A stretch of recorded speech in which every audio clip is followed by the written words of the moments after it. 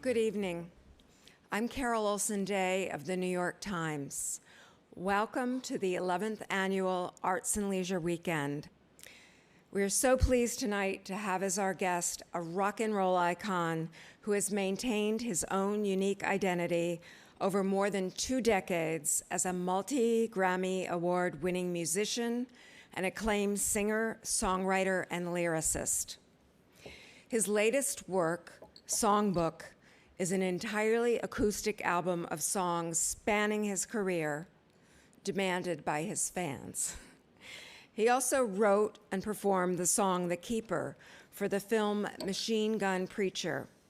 And the exciting news is that it's a Golden Globe nominee and on the short list for songs in contention for an Oscar next month. You'll hear much more about this singular talent from our moderator.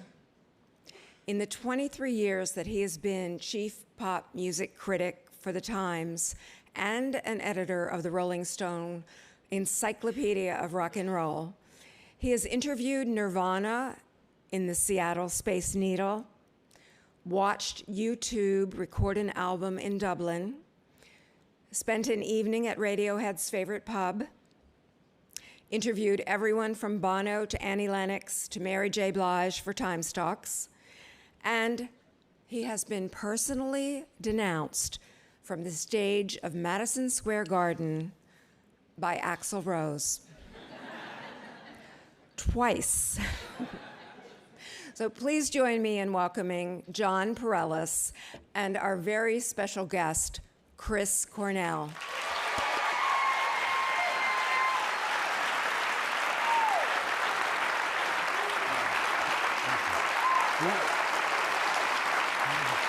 Hello, everybody.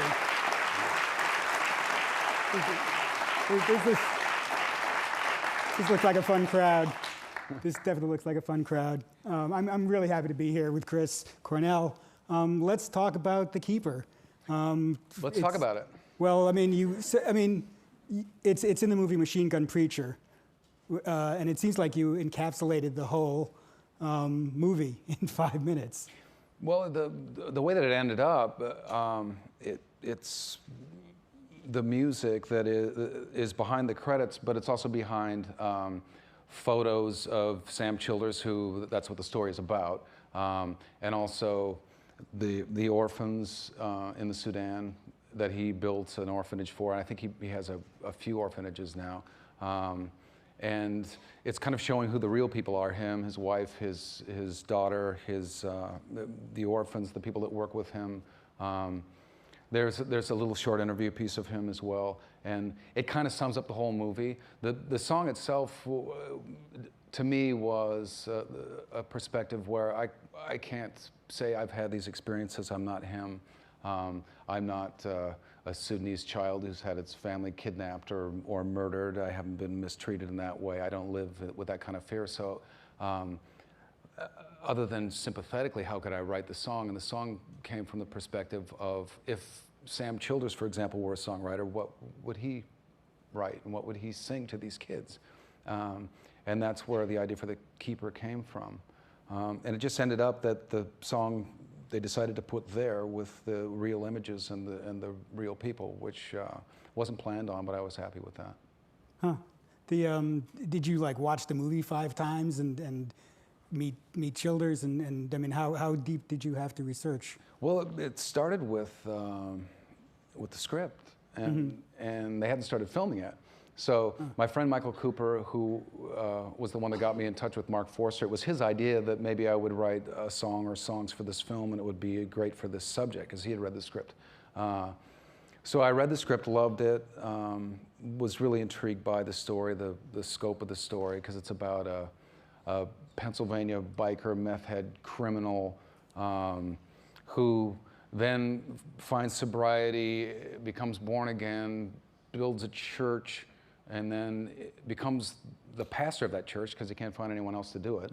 And then ends up on just kind of a missionary trip, goes to the Sudan and decides that he wants to go out into the real areas where some of this violence happens. And while he's there, a something bad does happen, and that he's in the middle of a horrific experience, and that sort of changes something, throws a switch in his mind, and he starts to dedicate his life to protecting these kids, which means essentially going out and shooting people and killing people and getting shot at, and so the scope of it was enormous, and to write one 3-minute song for that is almost impossible, I thought. But to me, it was an interesting thing to get into. I spoke to Mark Forster, the director, the day I think that he started shooting, and he gave me two bits of direction. One was don't make this too literal, and the other one was if you want, go on Sam Childers' website, Angels of East Africa, which is the organization that runs these orphanages and is the charity. And so I did that, and there was a photo gallery on that, and some YouTube links of Sam actually walking people through some of the villages or through the orphanage, and he has this amazing direct matter-of-fact way of just saying this is the situation that they live in, and this is what they're going to have to do today, whether it's walking several miles to get clean water, or essentially drinking and preparing food with poisoned water, or eating dirt, or whatever it is.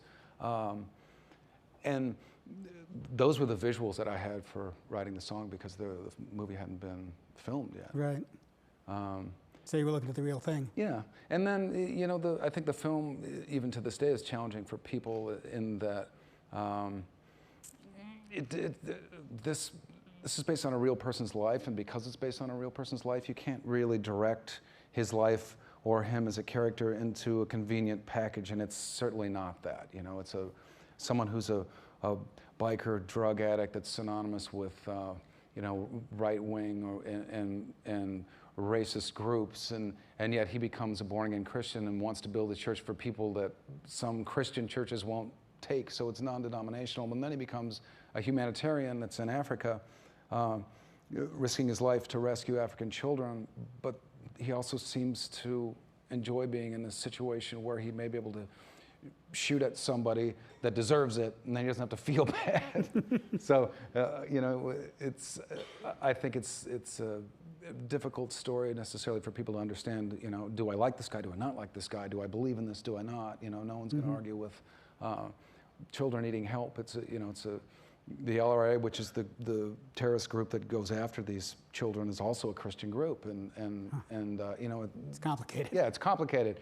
And for those different reasons, not a lot of people have seen it and know necessarily about the story. So I hope that the song, ultimately, my goal is that in the long run, the song will help do some of that job of just getting the story out there, and maybe directing some people toward the film to see it. Was it hard to write? I mean, did you go through multiple drafts, or did it just come to you? Or I had different ideas, and which has happened before for films. If I'm writing songs for an album of mine, or even if it's something that's a collaboration with a bandmate, it's different because it's about us or it's about me, and anything that comes up is valid.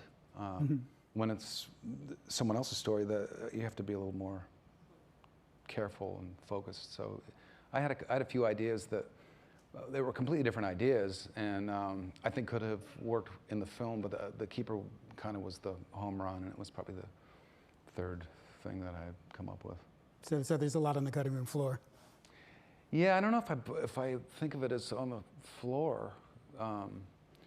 If I finish a song, I think it should sort of, to quote my friend Tom Morello, it should have its day in court.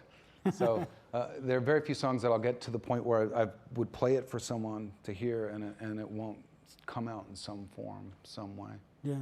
Huh. So once they're finished, I'll find a place for it. Yeah. Yeah.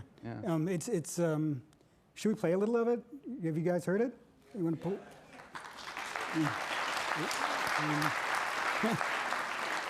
But I mean, film is different for you. I mean, you've mostly written with bands and on your own. Yeah, it's different. There's kind of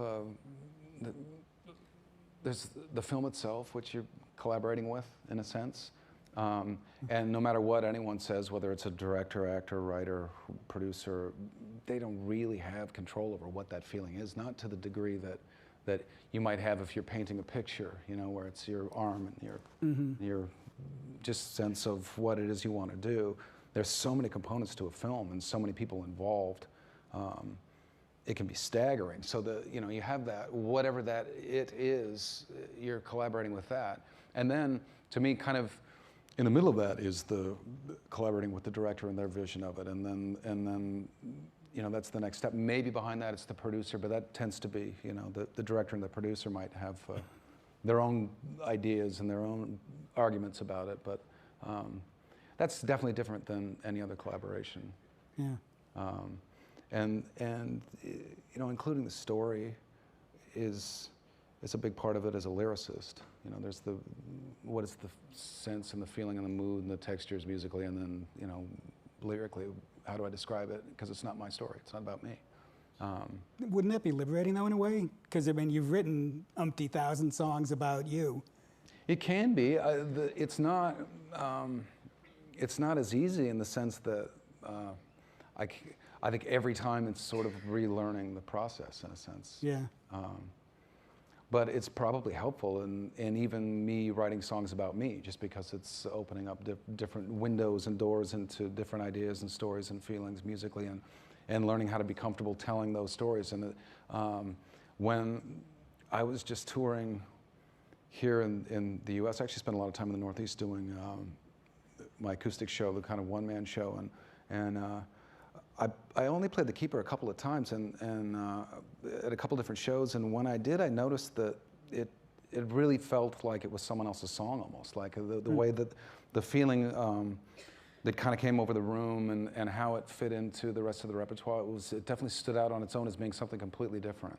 And it has to be that I really tried to dive into something with a completely different approach creatively, because I felt that it was necessary. And that's different than, for example, it's 1990 and you get a call and it's someone saying, is Soundgarden there? Yes, we're here.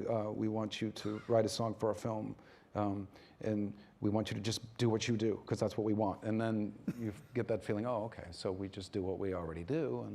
And which one? That's happened a lot. That's happened since since the 80s, where whoever's producing a film or directing a film would come after us specifically because they like what we do already and they think that fits.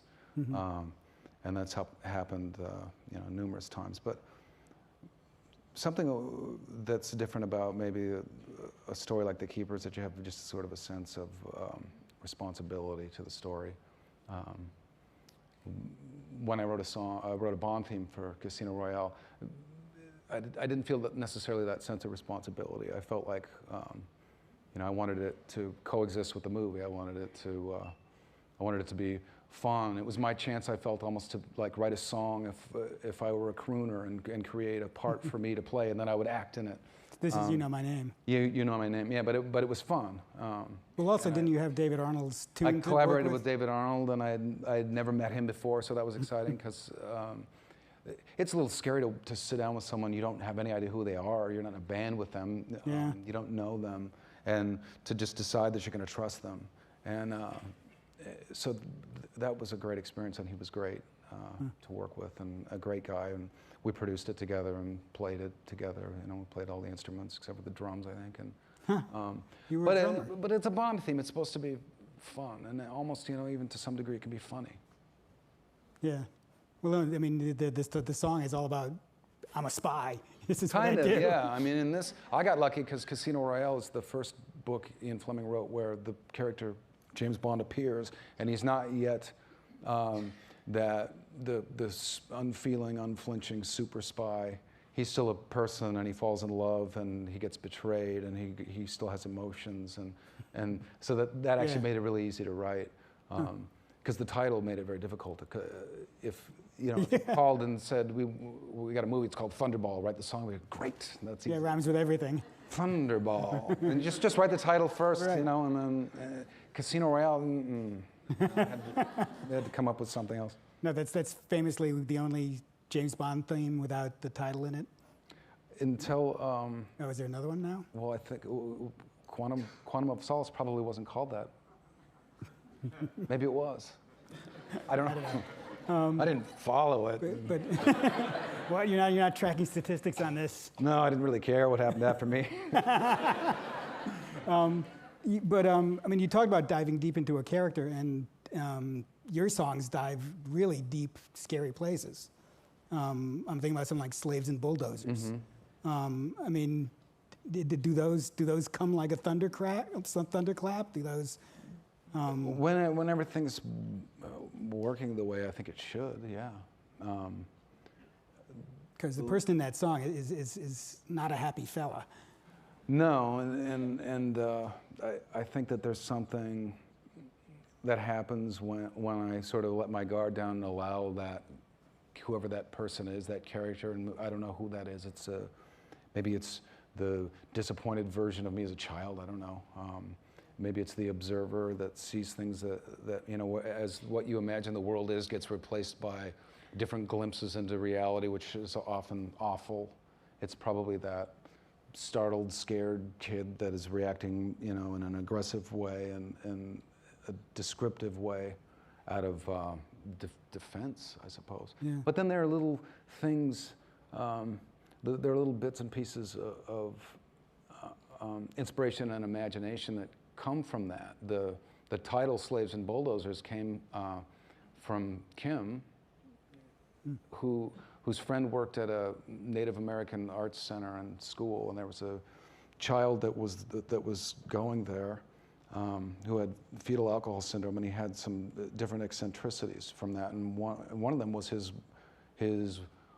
focus on words and descriptions, and he had told Kim's friend that he was playing a game in the playground called Slaves and Bulldozers, and I think he was probably 6 years old, and that's where that title came from. But I was imagining, in a sense, like, what was that game, and that also became part of the my image of the music, and then all of that fit inside of mine and ours collectively, our sort of image of Soundgarden as a band, and what kind of music does that band play, and what do we sound like? There's layers to it. Yeah. And then you have to let go of all of those layers, of course, when you're sitting down to write something. Well, actually, I wanted to ask you because Soundgarden was before grunge had a name. There you were. Even Ultra Mega OK sounds like you know what you want to sound like. There's not a lot of like warming up in your catalog. It's like you were pretty formed at the beginning. We have, I guess, 15 songs that I look at as sort of the warming up, which were never released. It was the first 15 we wrote. It was on a cassette that Kim always referred to as the first 15. And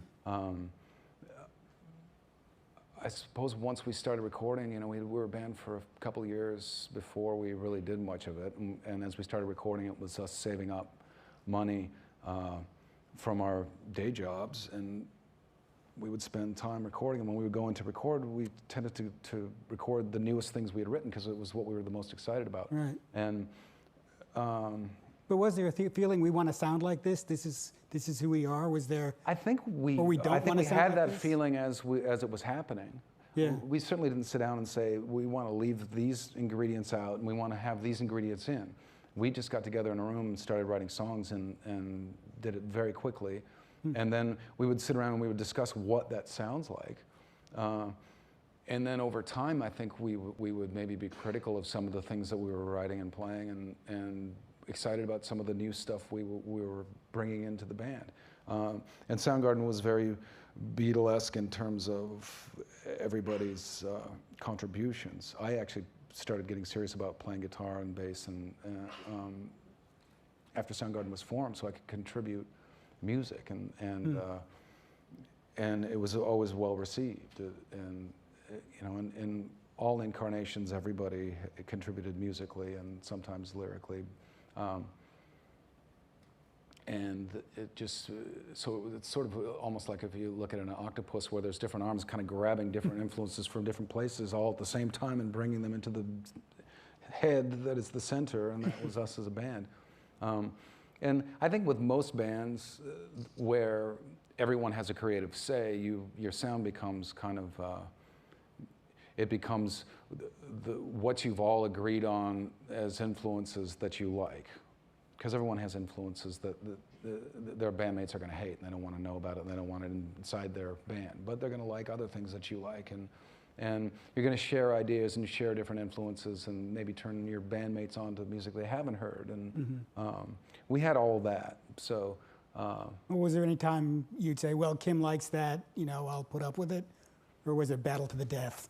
Not so much in terms of direct influences. I think there were moments where it was songs that we had written, and particularly when it would come to recording, and then when we were recording for an album, for an LP, and then everybody had different ideas as to what should eventually end up on it. Super Unknown and Down on the Upside they're both as long as you could possibly have to put on a compact disc sonically, because we didn't agree on what should be cut. And we all had different favorites and different ideas as to, you know, what the best songs were, what the second best songs were, that kind of thing. Yeah, they do run long now. Yeah, but you know, that's normal, I think, and I think we ended up making these epic albums in a sense, kind of because of that, because we had different attitudes and different ideas. But overall, I think we always agreed on influences. Or we might have different ideas about, for a band like the Beatles, for example, might have different attitudes about them, about what they mean, about what their place in history is or will be, but that doesn't mean that we wouldn't all appreciate it.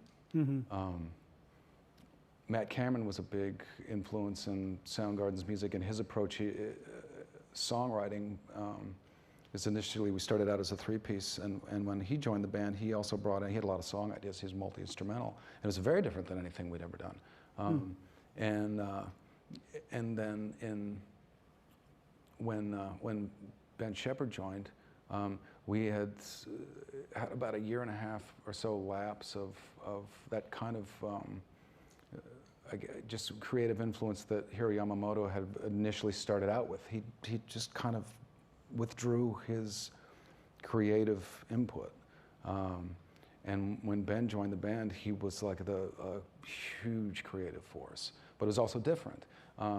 And yet somehow we seemed whole when another creative force was back in a fully creative mode.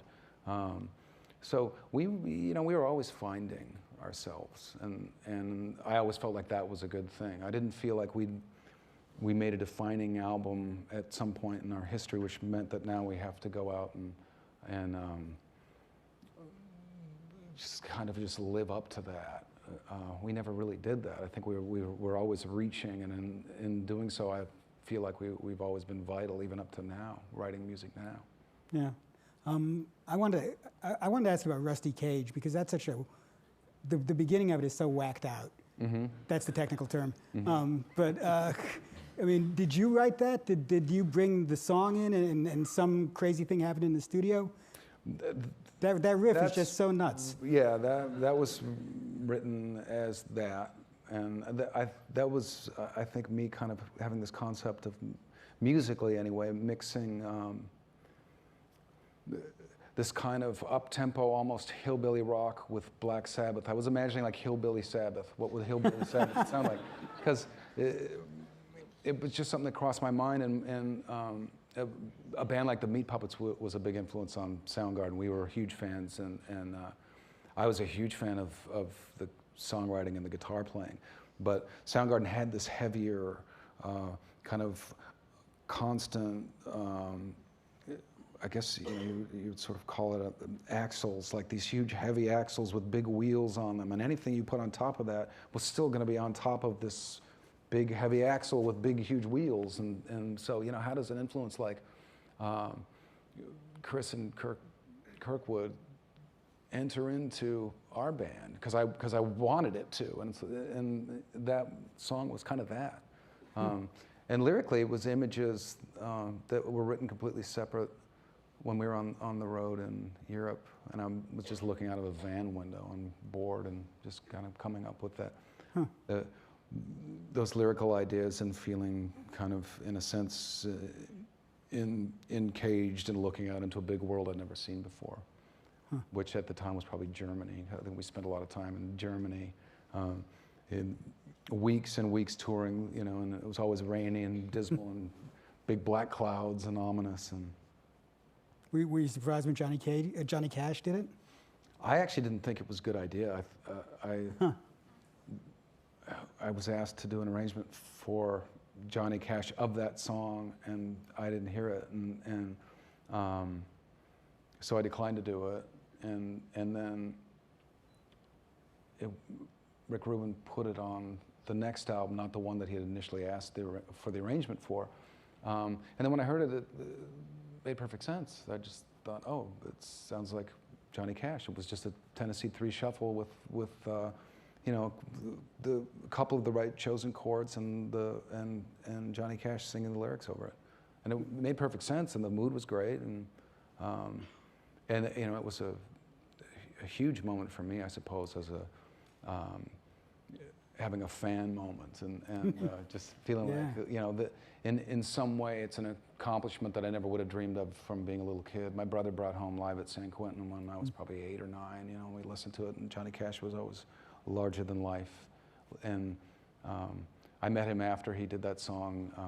Ben and I stood and talked to him, and he literally was larger than life, you know, and as he spoke, the floor would kind of rumble a little bit. And so it was a really exciting thing. And I remember seeing the Martin Scorsese Bob Dylan documentary where Dylan's being interviewed about Johnny Cash doing one of his songs, and whatever it was, the little words came out of his mouth talking about it. I had the same feeling all these years later, only I'm not Bob Dylan. I'm just me, and it just seemed unlikely. So, you know, I'm thankful to Rick Rubin for that, you know, having that vision, because I certainly did not agree with that as any kind of a brilliant vision at all. Maybe he heard the hillbilly in it. I guess so. I don't know. I mean, he had a talent for that. He put together Run DMC with Aerosmith. Aerosmith, yeah. Which was pretty brilliant. He was very instrumental in Audioslave coming together. He's good at kind of seeing those angles and those possibilities, I guess. Was he the real catalyst for Audioslave happening? Apparently, yeah. Apparently, it was a conversation he had with Tom and Brad and Timmy, who weren't sure what they wanted to do, and I think he was initially the one that encouraged them to contact me. So I would say that's a catalyst. Yeah, but I mean, and also he was having trust in his judgment was part of me thinking maybe it would be a good idea for us to get into a room. Once we got into a room, we clicked so quickly. It was we didn't need encouragement. I didn't need encouragement after that. I felt 100% confident. Well, it's strange because you built up a whole chemistry with Soundgarden. You torpedoed the whole chemistry and disbanded the band. And then, you know, you walked into a whole a band that was together already. Well, I always envisioned Soundgarden as being intact. Like we sort of, if this were the band, we created it, and it was the sculpture, and it was as we wanted it to be, and then we walked away before anybody did anything stupid to it. And you know, so to me, it was like it was the perfect ending in a sense. The idea that it could continue, I don't think we really even wanted to worry about that. But you still got along? I'm sorry? You still got along with them? Absolutely, yeah. We always got along, and still do. We didn't have that that kind of dynamic where there was constant hatred or underlying kind of infighting, and a lot of that came up in articles about us where it was really just fictitious, and I felt like writers were sort of following the script given to them by stories they'd heard about Roger Daltrey and Pete Townsend or Led Zeppelin or whatever it was, and we were like any band. We had tension, but not it was always much more complicated than that. And we're also, I think, for the most part, reasonable people. If anything, if we had any real trouble, it was that being 4 reasonable people in a hard rock band isn't that easy to do. Because part of being reasonable is you have to stop and sort of look at yourselves and go, that's, this is what we do and this is us, and how do we fit into the rest of the world, and does that mean we're like the rest of the world, and all of these things. So I felt like that was intact. I felt like Audioslave to me was, in a sense, an opportunity like Temple of the Dog was, which Temple of the Dog taught me that I could write songs and exist in an environment creatively with people other than Soundgarden, who I knew was special, and do something that was entirely different, that could also be special on its own in a completely different way, and have its own life. And when that project ended, when Temple of the Dog was finished and the record came out, obviously we didn't tour, we went back to our perspective projects. Soundgarden was writing Bad Motorfinger, and Pearl Jam became Pearl Jam and did 10. And I just had in the back of my mind that that was an amazing experience, and the voice saying, don't be closed to collaborations like that in the future, because you never know, it might be something else like this. And so when I got a message from Tom Morello about getting together and possibly playing music together and see if that leads to something, who knows what, that voice was still there. Like, I'd had a lot of offers to do a lot of different things with different artists, and even like European DJs and super famous guitar players, and none of it seemed like a good idea. But that, to me, I just did the quick math in my head, imagining what that could sound like. So you knew Rage. Yeah, Soundgarden had played shows with them, and they were like one of the best live bands I'd ever seen in my life. So I felt like something good could come from that, and I suppose I had some image of what that might sound like, which isn't what we ended up sounding I know, it didn't at all. sound like that but at all. I didn't care. We allowed ourselves to have our own life. We didn't worry about that. But it was that experience that I had with the other members of Temple of the Dog, and that album, that made me feel that something like getting together with the other guys in Audioslave could be a good thing, and it turned out to be a great thing for me. I mean, it was almost like the perfect thing, the right thing at the right time. Physically, mentally, in terms of my life and relationships and my mindset, and alcohol, substance abuse was all kind of coming to a head right then. And I don't think I would have been capable of really making it through that in the way that I did without having something else to focus on, without having 3 other strong personalities there. And there's a distraction in a sense. There was also a catharsis, which the lyrics on the first Audioslave album really present that. It's there. Yeah. And everything you say is what you mean. Yeah, and then getting into taking that music out and touring and going on the road was it was sort of the new beginning for me. Well, I always think the road is... split up from a marriage. I'd quit alcohol, I'd quit drugs, I'd quit everything. I'd left everyone that I'd known, relationships that I'd had that were destructive behind.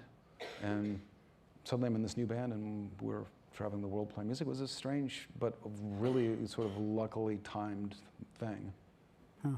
I always think the road's a place where you can slip. Yeah, people used to say that to me. To me, it's a place where you have something to focus on. You better make it to the gig and not be... Well, it's exciting. I'm always trying to get better at what I do or find new, sort of new life to a song or a body of work. And in this case, we were actually trying to figure out who we were. Mm-hmm. That was my biggest obstacle in Audioslave, was trying to figure out, who are we? When we're on stage, what are we? Because we're coming from 2 very specific bands that have very intense and very specific identities. But yeah, I didn't. We were on tour for a year, I think, after that, and I had no issues at all because I had that focus. Huh. So good, good therapy. Yeah, it was great. I think it really was. Huh. Soundgarden's back. Mm-hmm. I mean, was that like a series of phone calls? How did that happen? It initially was some phone calls, and you can talk. I'm happy about it too.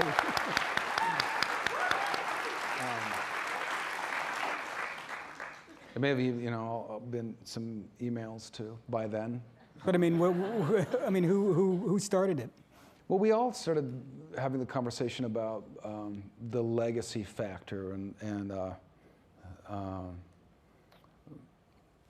for me, it started. My wife Vicky and I were in a clothing store looking for baby clothes, and I saw Ramones shirts, and feeling very happy about that. That's great. There's a Ramones shirt in here, and then babies are wearing Ramones shirts, and you would see AC/DC shirts, and that started to get me thinking. There's no Soundgarden shirt, and then seeing fans online talking about there's no website, there's no fan club, there's no place to go buy Soundgarden T-shirts if you want one. Huh. There's none of that, and management, record company, nobody had been servicing that or paying any attention to it whatsoever. And I think we all kind of, at the same time, realized that we had become a classic band and thought of as a classic band whose music wasn't sort of stuck in a time capsule, but was living on. And we needed to service that legacy. We needed to get together, and it was our responsibility to make sure that new generations hear our music and this body of work that we did, and know what the band Soundgarden was. And that's what got us in a room talking. So the initial business was starting a website, starting the fan club up again, starting a line of merchandise, T-shirts, and whatever else it might be. Re-releases, B-sides, whatever that might be. And once we started doing that, once we actually got in a room, where we're sitting literally like you and I are sitting, there was about 4 or 5 minutes of uncomfortableness, and then we were just telling stories and laughing, and then the band dynamic was living. And once you see that living and breathing like its own sort of organic being, anything was possible after that, and everything, and also probable. I think. I think we'd all missed each other. I think we'd all missed working together creatively, and it all just sort of came about naturally after that. Well, you'd been playing the songs with your band, some of them. I've been playing. I stuck to songs that I had written both the music and lyrics for, but I had played some. But I mean, did muscle memory come back when you started rehearsing? And I think, for example, playing anything with different people sort of pointed to the reality that it's very different. If I sit and do an acoustic version of a Soundgarden song, it's supposed to be different. It's right. It's the guitar. If it's a group of people in a room and it's the same number of instruments, but it's not the same people, it's not the same thing. But in a way that I didn't necessarily like. The first time we got back into a room and started playing, within seconds, everything comes back. It's almost like music as a time machine, where I remember the dynamic between everyone, and also most notably, this sort of indescribable element that is it's some type of a chaos that happens when we play any song together, and we can't control it, and it shows up in different amounts depending on the day and the place. And it's just this kind of swirling, chaotic, other life that happens when we play together. And I'd kind of forgotten that existed. Once we were doing it, and we were in a room playing, and it appeared, this thing, and I suppose it's mostly sonic, and then that triggers some emotional response in all of us, and then it becomes emotional or whatever it is. Then I remembered that, yeah, I had actually done a lot of thinking on that before, and there were times when I had thought about that because it was terrifying when there was too much of it on stage in front of a lot of people, and it was also even more terrifying when we would occasionally walk out on stage and it wasn't there at all. Somehow now it's always there, but it seems to be there in a slightly more manageable way. But just I say slightly because it's still it's something that gets away from us. It's an unpredictable thing, and I think that's part of the magic that we always had, that we all recognized but didn't know how to describe it. Yeah. But we allow for it to exist. We steer into it sometimes. I always thought of Soundgarden as being this band on stage that we all had our different degrees of putting up with being on the road or playing for long periods of time, and we would all sort of snap at different times as to when we would each of us individually come unglued musically and just start kind of going off the map.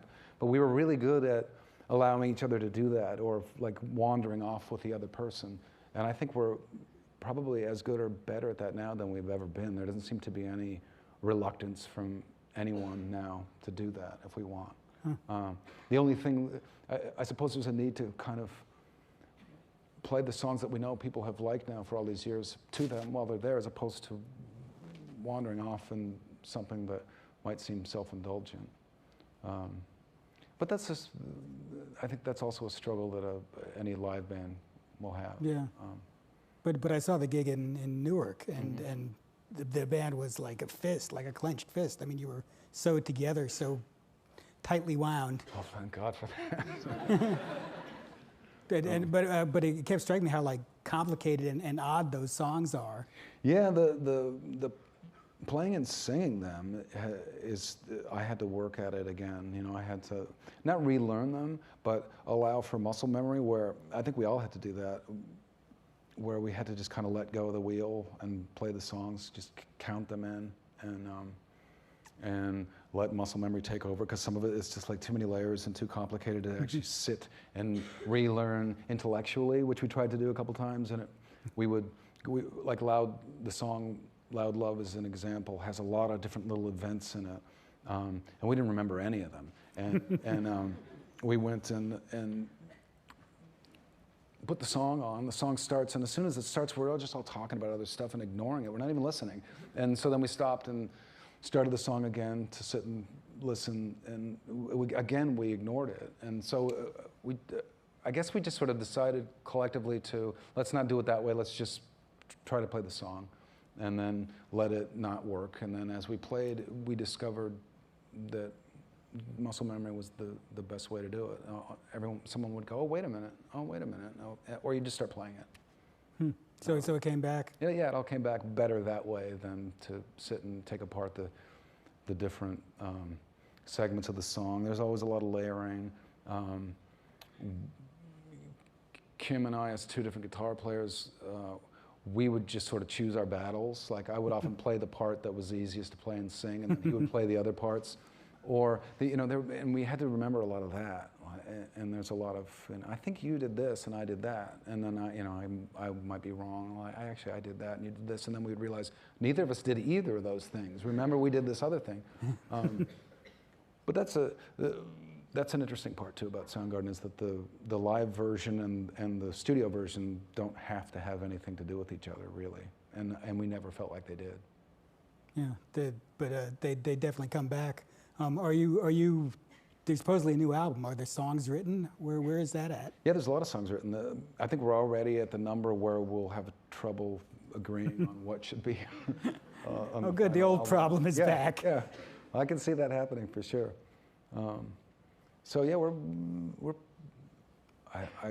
it's hard to say how done we are, because ideas come in under the wire. But if we had to be done tomorrow, we could probably be done. Wow, so it's that close. Does it feel like Soundgarden? I mean, because bands have a collective identity beyond the individuals. It feels like that. there are multiple relationships as well within the 4 members of the band, where we're collaborating with each other in different combinations, and they're very specific, and it's Well, like what? been really exciting. Well, for example, if Matt brings in a song idea, he's very unique in the way that he approaches music, extremely. And even though it may have been 14 years or 15 years, my immediate creative response was recognizable as, oh, this is where I go when I'm coming up with an idea over a piece of Matt's music. And how interesting is it that I haven't written anything that reminds me of this in any way in the last 15 years. And it's also very specific to what would I do over something that's Kim's idea or Ben's idea. And then also Ben sometimes will bring in vocal melodies or lyrics or a complete song, and how do I sing that? Because I don't do that very often, where I'm singing someone else's lyrics. Right. But with his, I've always been able to do it unself-consciously, and my only concern was, is it authentic, And so all those relationships were still and are still completely intact, almost as though they were put on ice or cryogenically frozen, and then they reemerge. And we all have a little more experience in songwriting, I suppose, and recording and things like that. And I think that's informed what we're doing now a little bit. We've included more musical references because more has happened musically, and that gets in there a little bit. But I guess because we don't have a definitive song or a definitive album or any style that I could point at that says this specifically is who we are or who we were, it makes it easier for us to be just who and what we are now. And I feel like the music that we're writing is very much Soundgarden. It's very different than the last music we wrote, but that was different than the previous body of work. And so to me, it's a very organic, natural step. Well, are you thinking Feels about, like we had 5 years off as opposed to 3 times that much. Are you thinking about how they're going to sound live? I mean, are you thinking about that sort of massive impact that it has live? Yeah, that's usually something we worry about after the album is released, but it's great in thinking that while we're out there now doing shows because we're playing, everything is kind of old material now, but we have a huge body of work, and we've only been playing older songs because so many people haven't had a chance to hear them live in so long. So it's really exciting to think about adding this new feel to the set, and this song will do this, and it can appear at this time with this old song, and this other song, which is a completely different feeling, will broaden out the live show, and it will be exciting, and it'll be sort of unpredictable as well, because new songs take on their own life in Soundgarden a lot. We really don't know what they'll sound like until we're out there doing it. Well, you said the live's always different from the studio. Yeah. For us, it always is. We find out what that good live version is while we're rehearsing it, and then the first 10 shows, right. It finds itself. You're still rehearsing it in front of people. Well, I still think of our whole catalog as changing as we play now. I'm approaching some of the songs differently than I did before. Well, I was going to ask you, I mean, they are 14, 13, 15 more 20. years old, 20 years old. Some of Do you look back at them and think, wow, that's what I was talking about? Or, who was I then? I think that there's that time capsule moment where I remember me and what I was thinking, at least when I'm writing lyrics. Do you have to be that person again when you sing I think them? it happens naturally. Huh. And it might be, there's different facets to my character now, and they seem to coexist fine, with that other person. And maybe there's some new components emotionally that I can pull out of the ether that add to it, that make it better. To me, it feels a little fuller. I guess fuller, I don't mean sonically. I just mean maybe sort of emotionally, and somewhere that translates to the performance. In terms of arrangements, as we were going through old songs, I was actually really surprised that I was feeling like we made so many good decisions 20 years ago. And I'm very proud of that. The only thing I'm embarrassed by, I suppose, is some of my singing. And I think, there's just different approaches, kind of more of an aggressive, bratty approach to some of it, like I've got a chip on my shoulder, I got something to prove, and I don't have that feeling now. But I also don't like the way it sounds. I don't like the way that attitude sounds on tape. I don't feel that way something about like the Big music. Dumb Sex? Well, I mean, what do you mean? Well, no, 'cause that was actually, that was in a sense the sentiment that went over everyone's head at the time. It was almost like we're too smart to even make fun of this. Everyone thinks it's true, like we mean it, and some people still do. But I guess some of the more aggressive songs had this kind of attitude of wanting to push that sentiment sort of out of the speakers and over the top to make sure that it was got. Mm-hmm. And I guess at some point, I as a songwriter and a person that produces records, and I think I at some point discovered that it's actually more effective. You'll achieve that more effectively if you don't do that. Understatement works sometimes. If it's subtle, yeah. If it's understated and it comes out in a different way, there's an easier way to do it. And also there's a range factor where there was a point, I think, in the late 80s and early 90s where my vocal range didn't really seem to have a ceiling. It just kind of kept going up. And so I kept writing melodies in registers that went higher and higher up. And then I had to go kind of out of my way to stop doing that because it started to sound silly to me. And Mariah Carey's waiting. That sometimes does sound silly to me now. Like I don't know why I did that. Having said that, we still perform Beyond the Wheel, which was on Ultra Mega OK, and that's somewhere near the highest I ever sang, and that doesn't feel strange to me. So you still got the range. I can still do it, yeah. It doesn't feel like it was a bad idea, but there were some songs in there where I think it was unnecessary for me to write in that register. I used to never think about it. Someone would play the part, I would come up with a melody and whatever that key was, and that would be it. And if I had to, whatever that was, I just had to figure out how to do it. Yeah. Was there some? I mean, I've always wondered, how did you discover your voice is just like an astonishing, natural thing. Did you discover it? Did someone encourage you? Did you? It was in the room in rehearsals with Soundgarden and songwriting, really. Really? Where we were always very loud, still are, and that probably had a lot to do with it. In that there's less of a self-conscious nature when there's so much volume that even if you're screaming through a PA and it's loud, it's still barely audible. And that got me to the point where I had to really push to get over the top volume-wise to be able to hear anything I was doing, or to be able to have an impact at all as a singer and a lyricist within the context of the song. And since the first few years of Soundgarden's life were all live on a stage in a club somewhere, it just kind of happened then. So you just pushed higher and harder, and yeah. And there was a song that Hiro Yamamoto wrote the lyrics for called Heretic.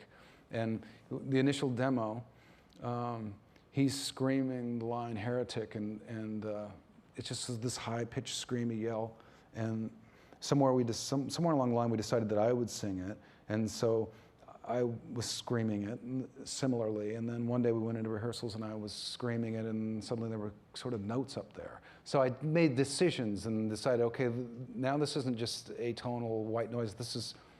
There's a melody and there's notes here, and I'm singing these notes. And then another day I would walk in and I'd go to sing those notes and they weren't there. I'm like, okay, so I'm definitely like pushing it a little past whatever my range is. Into the red zone. Into the red zone where I can't rely on it. So that's not good. And then suddenly it would stretch out again, and I would have those notes. And then it just kept going Skyward. northward, yeah. But I actually wanted to ask you one other thing, though, because you've also recorded the acoustic album. Is that teaching you about your songs? Because you got to take them all apart again.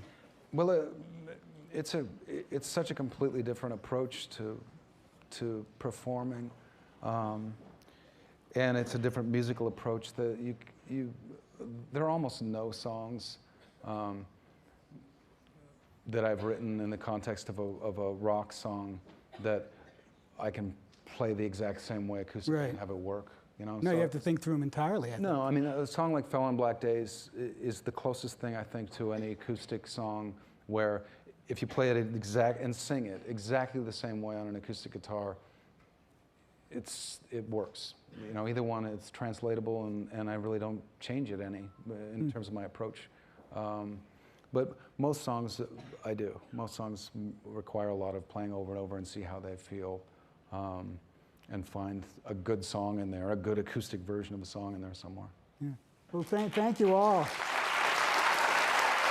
Thank you.